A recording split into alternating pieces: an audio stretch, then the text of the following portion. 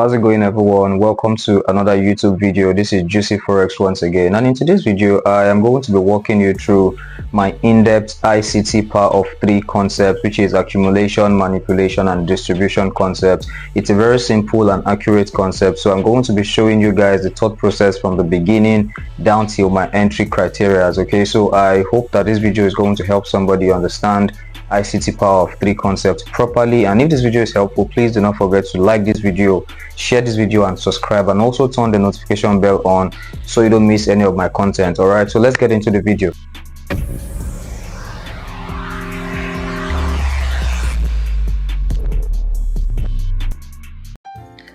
So I'm going to be showing you guys how to trade using the ICT power of three concepts and the right way, or the step-by-step guide to trading ICT power of three concepts. I don't completely believe that there is a wrong way of trading any concept in the forex markets, regardless of the concept or the strategy you're trading, but I do believe that every system has a step-by-step rule, and if we're building a rule-based trading system, that I believe that we have to follow the right process, the right procedure. Okay, I've heard so many people say that the ICT power of three concept is overrated, it doesn't work, it's too talked about, but I believe that probably some persons are not, trading it rightly and not following the right step-by-step guide, and that's why they're actually not getting the result from it. It's one of my best ICT ICT concepts. Remember that ICT has lots of concepts and lots of trading strategy in the arsenal of tools that is given to all of the students, but then ICT power of three is one concept that I actually like. I've tested it, I've back tested it too well, I've traded it live, I've forward tested it to have at least quite a good quality of knowledge about it to share with you guys. Okay, so I'm going to be taking you through some slides or some PDFs, and then I would show you guys the actual live execution that I took using the ICT power of three concepts. So you should try as much as possible to watch this video till the end, and if you have a question, do not forget to drop it in the comment section, and I'll try to attend to all the questions either individually or during my next video. I'll try to attend to all of them. Okay, so yeah, what exactly is ICT power of three concepts? When we say ICT power of three concepts, what are we talking about? If you've ever asked this question, that why do you have wicks on a candle? Okay, what's the importance of those wicks you're seeing on every candle? I think I should be able to answer that in this video. Okay, now there are two parts of every candle, which is the wick and the body of the candle. The wick and the body of a candle. Now the wicks are very important, the body is also very important. You must have heard me say this quite a number of times, that there is actually no random movements in the forex market, or as a forex trader or technical charts, there is no random movement. Every movement of price is logical. Every movement of price has a reason why it's actually moving. If you see a candle buying, there's a reason for it buying, If you see a candle selling, there's a reason for it selling. The same thing applies to wicks and body. The wick of a candle shows you rejection and shows you intention. The body of a candle shows you strength and shows you weakness. Okay, so these are very important. Wicks are very important. Now there are three major phases of every candle formation and price movements. There are three major phases of candle formation and price movement. Okay, now these phases are what make up every candle stage, which eventually decides and signals price direction, either short term or long term. Every candle has these three phases, and that's simply the accumulation phase, the manipulation phase, and the distribution or expansion phase. I repeat, the accumulation, the manipulation, and the distribution. Now the ICT power of three simply then is accumulation, manipulation, and distribution. These are the three things that actually make up the ICT power of three concepts. Guys, believe me, it's accurate, it's precise. So you need to go back to your chart after this and look for examples until it becomes instilled in your subconscious mind. All right, now the accumulation phase is the first phase of every candle formation. The manipulation phase is the second phase of every candle formation, and the distribution phase is the third phase of every candle formation. Now when a candle opens, the first thing it's actually doing is accumulating at that price.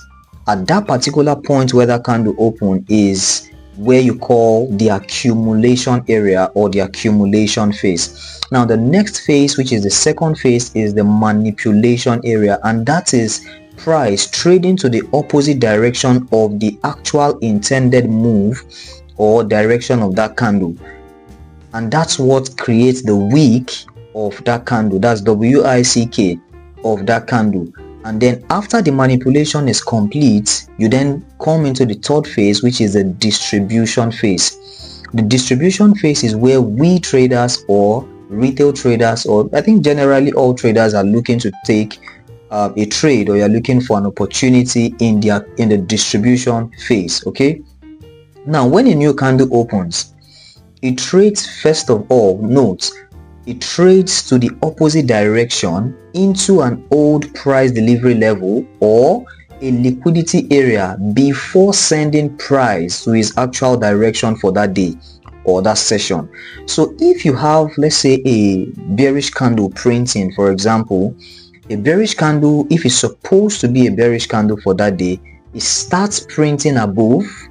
And why is it printing above? Not for fashion, not for unnecessary thing, but then trading into a previous PDRA or a previous fair value gap or a supply level or a resistance level or whatever you trade before sending price lower to the actual move of that day.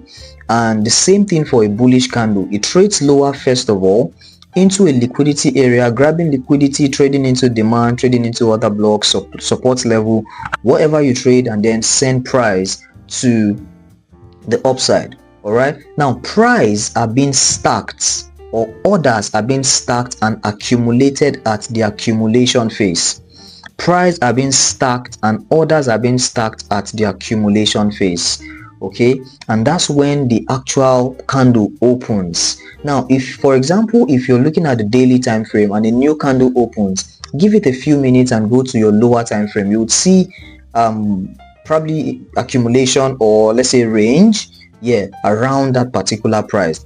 Price are being stacked around the accumulation phase. Now the next phase is the manipulation phase. Those people that might be selling around the accumulation phase, the liquidity resting above or below, price is looking to come and manipulate, grab liquidity before sending price lower. So let's say for instance, you're looking at trading lower, you're looking at price trading lower, and then you have an accumulation. What are you expecting? You're expecting price after the accumulation to trade higher first of all, then send price lower. Sending price lower, that's the distribution phase of that candle. Okay, so price have been able to complete the three phases of the market or the three phases of market distribution, which is accumulation, manipulation, and what? The distribution. Now 70% of the time, a bullish candle will open as a bearish candle, and 70% of the time as well, a bearish candle will open as a bullish candle. I just simply explained this. Now when a bullish candle opens, remember, if it's supposed to be a bullish candle, we're still assuming, right? If it's supposed to be a bullish candle, it will trade lower first of all, take previous lows, or trade into any PDRA, fair value gap, demand level, support level, indicator level, EMAs, or whatever you trade, before then sending price higher. And if it's supposed to be a bearish candle or a bearish day, it trades higher into a supply level, a resistance level, a bearish EMA, whatever, and then send price lower. Okay, this is how candles are booked, and this is how every candle opens, behaves, and closes. All right, remember what you call price action. Price action is simply how individual candle prints and how they behave. So if you understand how a candle is printing, and then let's say you're expecting price to sell, and then you came to the chart and then you started seeing the candle buying, you don't have to panic. If you are actually right about the direction of the day, then that candle is supposed to reverse eventually to trade lower. Now you are trying to position yourself to catch the actual direction of that day, which is the distribution. Many a times you are going to get it wrong if trading ICT power of 3 and you are not actually trading or catching the actual distribution of that day. You don't know the right time to actually enter the trade or exit the trade. I think I'll try as much as possible to show that in this video. Okay, now there are 4 major key elements to consider before trading ICT power of 3. Okay, the first one is the draw on liquidity, the second one is time, the third one is price, the fourth one is opposing liquidity or fair value gaps. These 4 concepts are very important when trading ICT power of 3. If you can apply these 4 concepts and you study it over time, study it properly, you are going to experience good returns trading ICT power of 3. Trust me guys, you are going to enjoy trading power of 3 or ICT power of 3. Okay, now the first one is draw on liquidity. Draw on liquidity shows the actual intention or direction of price for that day. So if you're looking at price trading, for example, into previous lows or previous high, it means you have been able to determine where you think price is expanding to.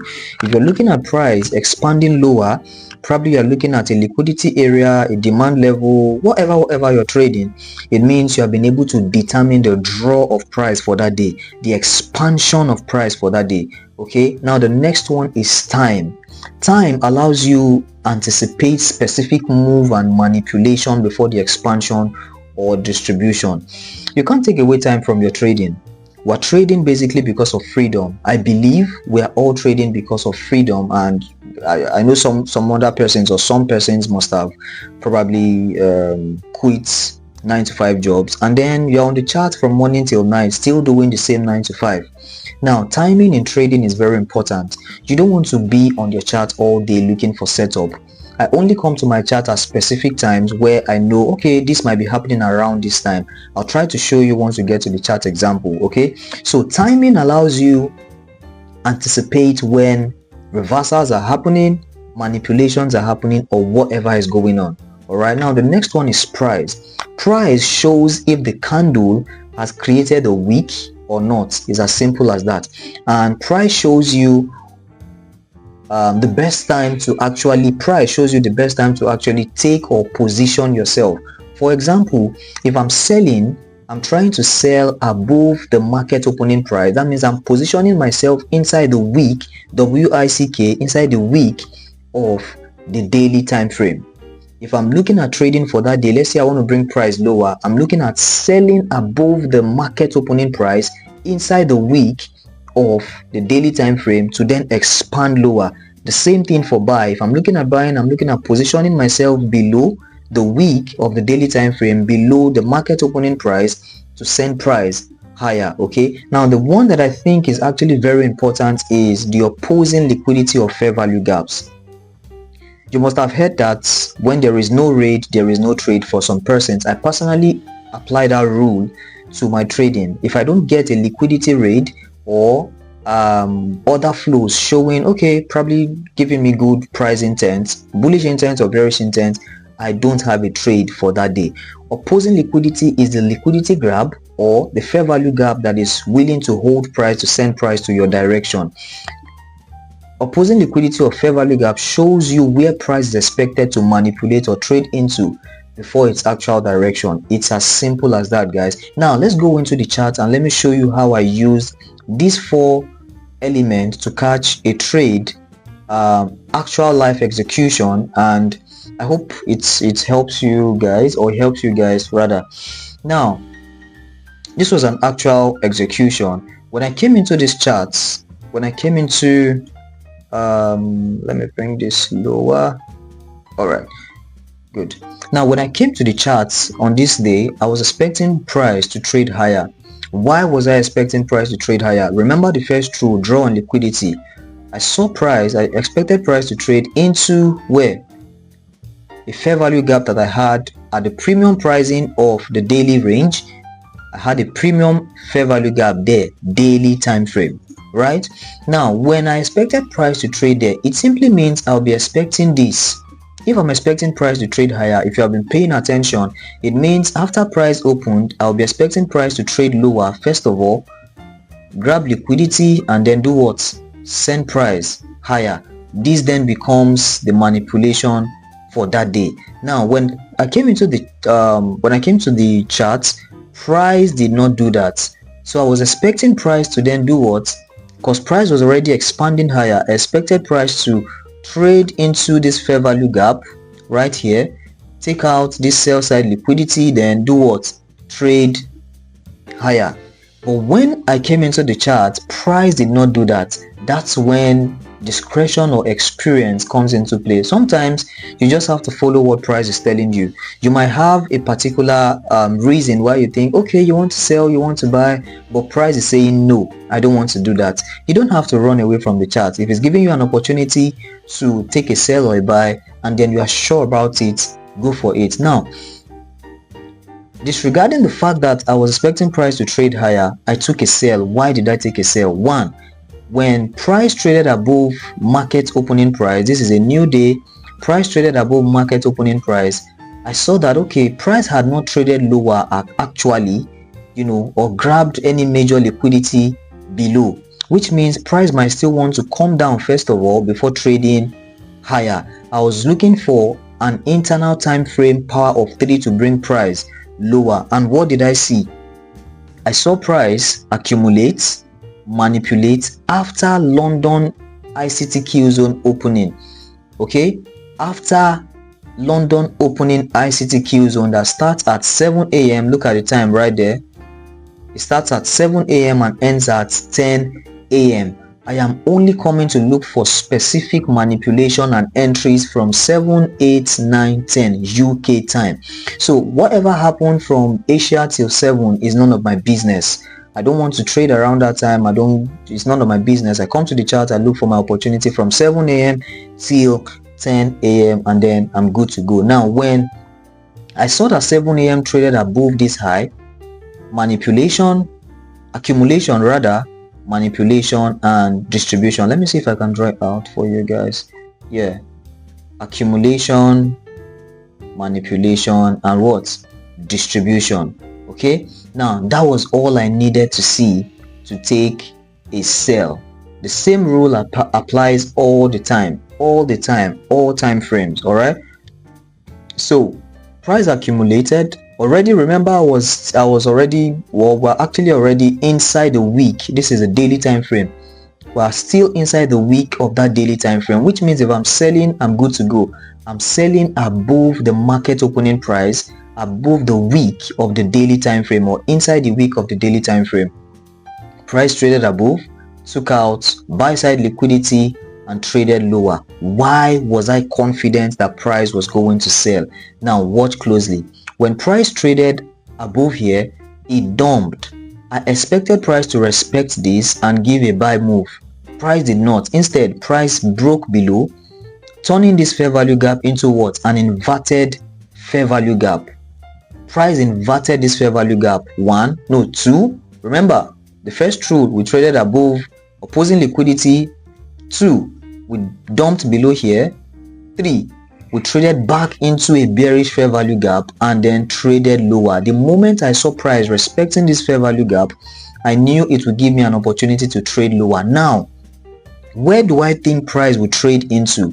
I saw that we had this level of liquidity that price could come to, and then that became my draw on liquidity for this move that I was looking to trade. Okay, and just simply I just used let me clean that. Simply I just use the inverted fair value gap as my entry, protecting the highs. And remember, price also created an order block that came from this fair value gap. Price created another block, dumped from there, just taking the trade from the inverted fair value gap, protecting the high, targeting a 1 to 2.